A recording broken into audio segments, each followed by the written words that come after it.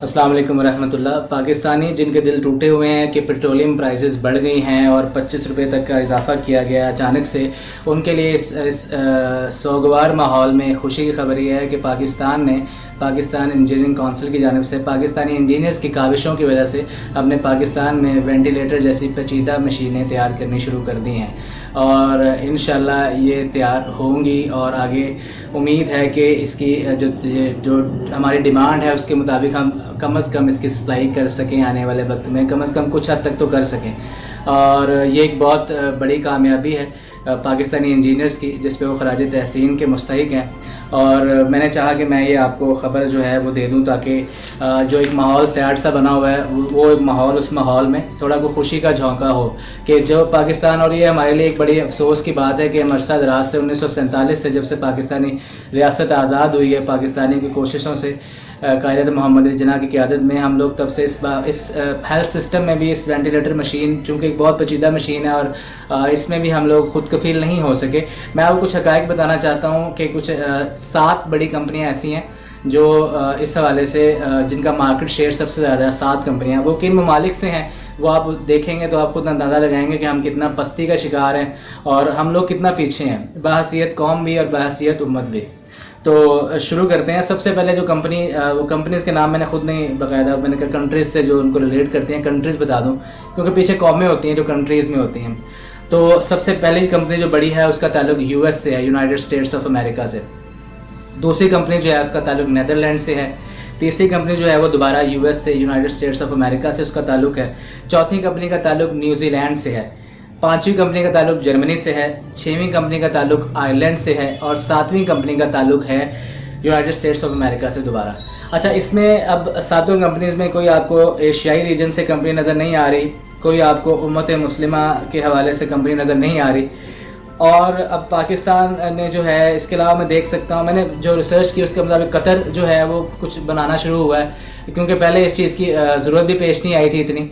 और इसी तरह सऊदी अरब बनाना शुरू हुआ है और यूएई भी इस तरह से बना रहा है। बाकी कंट्रीज़ भी होंगे, लेकिन इसके हवाले से कुछ डाटा जो है मैं उसको तहकीक उस पर कर सका था। तो पाकिस्तान इस सिलसिले में, इस दौड़ में शामिल हुआ है, तो ये बड़ी खुशाइन बात है। और उम्मीद है कि चूँकि इस चीज़ को बहुत कम मुल्कों की जानिब से हाथ डाला गया है, उस तरह तकरीबन तमाम ममालिक की तरफ से हाथ नहीं डाला जाता। और कुछ अफ्रीकन ममालिक ऐसे भी हैं जो सिर्फ जो शायद चंद 100 में उनके पास वेंटिलेटर्स हैं, 100 में भी शायद नहीं है, कुछ अफ्रीकन ममालिक हैं। तो ये बड़ी खुशाइन बात है। और मैंने जिस तरह कहा कि ये काफ़ी, जिस तरह हमारे भूख के मारे और रोज़गार के मारे लोगों के लिए एक तरह से थोड़ा सा खुशी का झोंका है। यकीनन हुकूमत की तरजीहात में ये होना चाहिए कि हम लोग देखें कि किस तरह गरीब आवाम की ज़रूरियात पूरी होती हैं। और यकीनन हम लोग इंशाल्लाह जो है हम लोग उस तरह से सफ़र नहीं करेंगे, मुझे उम्मीद है, क्योंकि जिस तरह से एहतियाती तदाबीर इख्तियार कर रहे हैं हम पाकिस्तानी, और इस हवाले से स्टैट्स जो हैं वो हौसला अफजाई हैं। तो अल्लाह पाक जो है हर जान की हिफाजत फरमाए और उम्मीद है कि हम लोग उस तरह सफ़र नहीं करेंगे। अच्छा, मैं इस हवाले से आपको जो हेल्थ सिस्टम के हवाले से जो रैंकिंग्स थी उसको मैं चेक कर रहा था, तो 2000 तक की रिपोर्ट्स कुछ मिली हैं। उसमें पाकिस्तान जो है वो 150-200 ममालिक में 100 से पीछे ही है। तो कुछ लेटेस्ट रैंकिंग जो थी उसमें 100 में तो बिल्कुल पाकिस्तान का नाम नहीं था।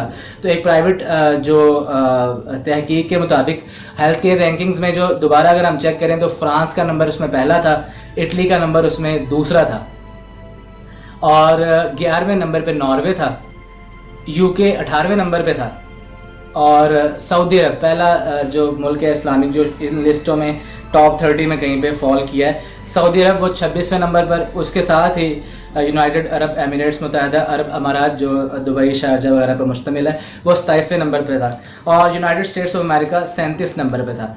तो बहरहाल इन सब स्टैट्स को बताने का मकसद ये है कि हम लोग अब एक जो खुशी का झोंका हमारे पास आया, हमारा हेल्थ सिस्टम अभी तक क्यों इस काबिल नहीं था, इसके पीछे बहुत सी बहसें की जा सकती हैं। और यकीनन ये बहसें उन लोगों के लिए भी हैं, ये सवालात उन लोगों के लिए भी हैं जो अभी जो है अभी हुकूमत मुखालिफ तहरीक चलाने पे भी गौर कर रहे हैं और सोशल मीडिया पे तहरीकें ज़ोरों शोर से चला रहे हैं और यकीनन बातें भी कर रहे हैं काफ़ी। पिछले एतवार में जो गलतियाँ हुई हैं उनकी तस्हीह के लिए, उनके सद्देबाब के लिए हल फ्राहम करने के बजाय सिर्फ तनकीद बराए तनकीद ही हो रही है। तो बहरहाल उम्मीद है कि अल्लाह पाक जो है हमें उस मुकाम पे लेके जाए कि हम हेल्थ सिस्टम के हवाले से भी अगर हमारा 100 से नीचे जाके नंबर आ रहा है, यकीन 100 से नीचे ही है, तो हम लोग भी ऑन टॉप ममालिक में शामिल हो सकें जो हेल्थ सिस्टम के हवाले से हेल्थ केयर पे खुसूसी ध्यान दे। हमारा जो है मामला ये रहा है कि अचानक अगर ये मामला आया तो हम उसको कोशिश कर रहे हैं कि उसके साथ लड़ सकें, कोरोना के साथ लड़ सकें।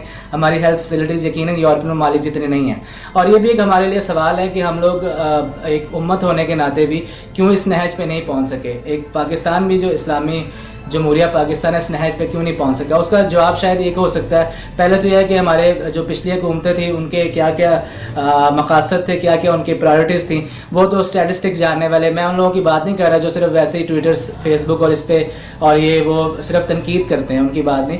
लेकिन जो स्टैट्स देख सकते हैं वो देख सकते हैं कि हम लोग उस पस्ती में रहे हैं, हम लोग तरक्की की जानिब नहीं गए। और अब इंशाल्लाह तरक्की में जाना अगर हमने है और कोशिश होनी चाहिए, मैं इस हुकूमत का पूरी तरह साथ नहीं दे रहा, लेकिन कोशिश होनी चाहिए कि तरक्की की जानिब जाएँ। और अपोजिशन के थिंक टैंक से भी गुजारिश है कि वो इस पर अपनी ध्यान दिलवाए, यानी ध्यान दिलवाए और कहे कि इस जगह पर इस तरह तरक्की हो सकती है।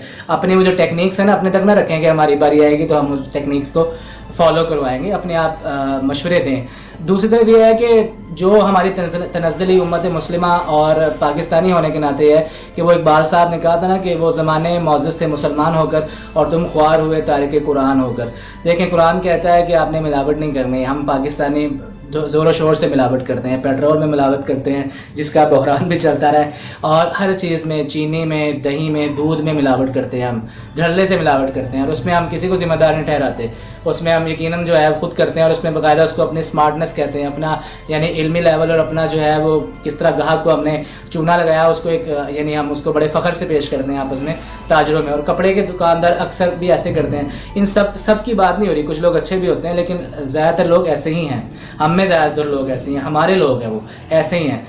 कुरान ने कहा था कि मिलावट नहीं करनी, कुरान ने कहा था झूठ नहीं बोलना, कुरान ने कहा था कि तफरका नहीं डालना। ये सब बीमारियां हमने अपने अंदर फैलाई। कुरान ने कहा था झूठी गवाही नहीं देनी, वो सब कुछ होता है, ठीक है। तो गुजारिश सिर्फ ये है कि अपने मामलात पे हमने गौर करना है ताकि जो है रिश्ता हमारा इस्लाम से जुड़े, कुरान से जुड़े। उसके बाद हम लोग इल्म की सीढ़ियाँ चढ़ते हुए, साइंस की सीढ़ियाँ तरक्की करते हुए कम से कम उन ममालिक की फहरिस्त में खड़े हों जिनके मार्केट शेयर्स भी जो हैं इस हवाले से, पेचीदा मशीनरी के हवाले से भी टॉप 7 में है। तो उम्मीद है अभी नहीं, कल नहीं, तो इंशाल्लाह जल्दी ये वक्त आएगा। उसके लिए हम सबको अपना इनपुट देना होगा। सिर्फ तनकीद बाय तनकीद नहीं, तनकीद बराए इस्लाह करनी है। अपनी इस्लाह करें और अच्छे तरीके से एहतराम के दायरे में अच्छे तरीके से अच्छी बात करते हुए, जिससे कम से कम अल्लाह भी आपसे बरोज़े क़यामत नाराज़ ना हो, तो उस तरह से गुफ्तगू करते हुए अगले तक अपनी बात पहुँचाएँ। आपका बहुत शुक्रिया। पाकिस्तान जिंदाबाद। अस्सलामु अलैकुम व रहमतुल्लाह।